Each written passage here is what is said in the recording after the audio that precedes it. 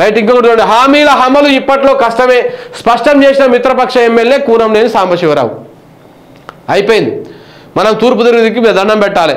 మామూలుగా కాదు, హామీలు లేదు, లొటపీస్ లేదు, ఏది లేదన్నమాట. ఇప్పుడు ఈ మాట ఎవరు చెప్పాలి? ముఖ్యమంత్రి అధికార పక్ష సభ్యులు చెప్పాలి. ఆయన చెప్పలేరు కాబట్టి ఈయనతో చెప్పించారు. ఏమని చెప్పి ఇప్పుడున్నటువంటి ఆర్థిక పరిస్థితి చూసుకుంటా ఉంటే ఇప్పట్లో హామీల అమలు కష్టమే అని చెప్పేసి చెప్పారు. ఆ బయట కూడా మీకు వినిపిస్తా, ఒకసారి వినండి. ముఖ్యమంత్రి గారు ఉప ముఖ్యమంత్రి గారితో పాటు నేను కూడా వెళ్ళాను. నేను మాట్లాడే అవకాశం కోరితే మా బట్టి గారు నాకు చెప్తున్నారు చెవిలో, కొద్ది జాగ్రత్తగా మాట్లాడమని. నాకే భయం వేస్తాను. జనమేమో ఆశలు చాలా ఉన్నాయి, చాలా కోరికలు ఉన్నాయి. ప్రతి ఒక్కరు మాకు ఉద్యోగం వస్తుందని, అవుట్ సోర్సింగ్ కార్మికుడు మాది పర్మనెంట్ అవుతుందని, లేకపోతే ప్రతి ఒక్కరు పేదవాళ్ళు మాకు ఇల్లు వస్తుందని చాలా చాలా ఆశలతో ఉన్నారు. కానీ పరిస్థితి చూస్తే ఇక్కడ ఆర్థికంగా చూస్తే అంత ఆశాదాయకంగా లేదు. మరి దానిపైన ఆ మాట వారంటేనేమో మీరు ఇచ్చిన హామీలు ఎగ్గొట్టడానికి మీరు చెప్తున్నారా అని వారిని ఇంకోరు అంటారు. నేను మొన్న సింగరేణి అర్థమైంది కదా, సినిమా అర్థమైంది కదా.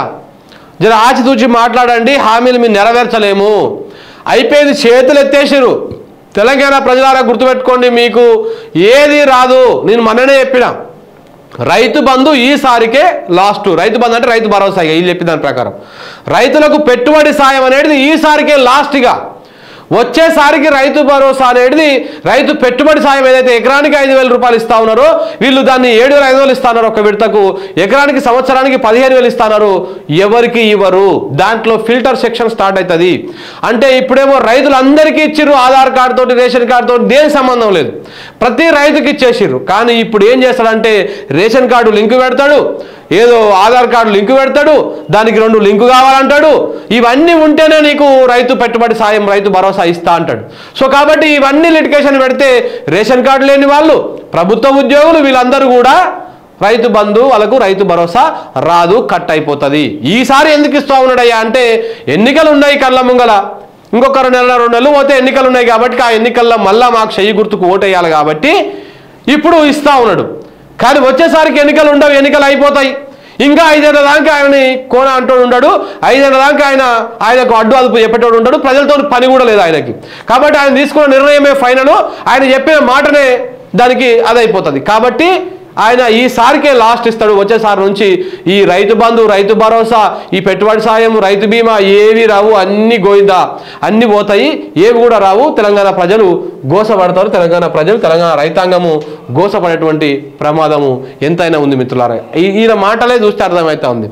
అదొక్కటే కాదు, ఇంకేమంటా ఉన్నాడు, ప్రజలందరికీ చాలా ఆశలు ఉన్నాయి. ఆశలు కల్పించే సన్నాసులు ఎవరు, ఆ ఆశలు కల్పించేటువంటి రండలు ఎవరు? ముఖ్యమంత్రి గారి మాటలలో చెప్పాలంటే, రేవంత్ రెడ్డి గారి మాటలలో చెప్పాలంటే ఆ ఆశలు కల్పించేటువంటి రండలు ఎవరు? మీరే కదా. మరి ఎందుకు ఆశలు పెట్టుకోరు ప్రజలు? 9 తారీఖు రాగానే రుణమాఫీ చేస్తా అంటాడు. బ్యాంకు వాళ్ళు ఫోన్లు చేసి సతాయిస్తా ఉన్నారు, మీరు మిత్తులు కట్టండి, మీరు ఇది కట్టండి అని చెప్పేసి. మరి ఎక్కడ పోయినాయి?